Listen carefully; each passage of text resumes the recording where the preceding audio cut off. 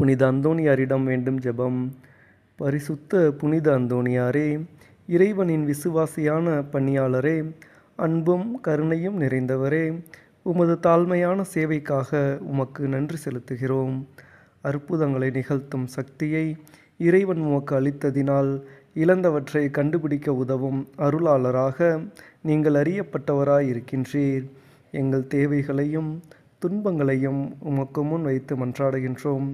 புனித அந்தோணியாரே, எங்கள் மனங்களையும் இதயங்களையும் இறைவனின் அன்பால் நிரப்பி சத்தியமும் நீதியும் நிறைந்த வாழ்க்கையை நடத்த எங்களுக்கு உதவி செய்யும். நாங்கள் சந்திக்கும் சோதனைகளிலும் துன்பங்களிலும் எங்களுக்கு துணையாக இருந்து எங்கள் நம்பிக்கையை உறுதியாக்கி அருளும். மனக்கவலை, பயம், குழப்பம் ஆகியவற்றிலிருந்து எங்களை விடுவித்து அமைதியை எங்களுக்கு அளிக்கும். புனித அந்தோணியாரே, இழந்து போன நம்பிக்கையையும் வாழ்க்கையின் நோக்கத்தையும் நல்ல பாதையையும் மீண்டும் கண்டுபிடிக்க எங்களுக்கு வழிகாட்டும். எங்கள் குடும்பங்களையும் நண்பர்களையும் எங்கள் வாழ்க்கை பயணத்தையும் உமது பரிந்துரையால் காத்தருளும். நாங்கள் எப்போதும் இறைவனின் சித்தத்துக்கு ஏற்ப வாழ உதவி செய்யும். இறுதியில் எங்கள் வாழ்க்கை முடிவில் நாங்கள் இறைவனின் சந்நிதியில் சேர்ந்து நித்திய ஆனந்தத்தை அடைய உமது பரிந்துரையை அளிக்க வேண்டுகிறோம்.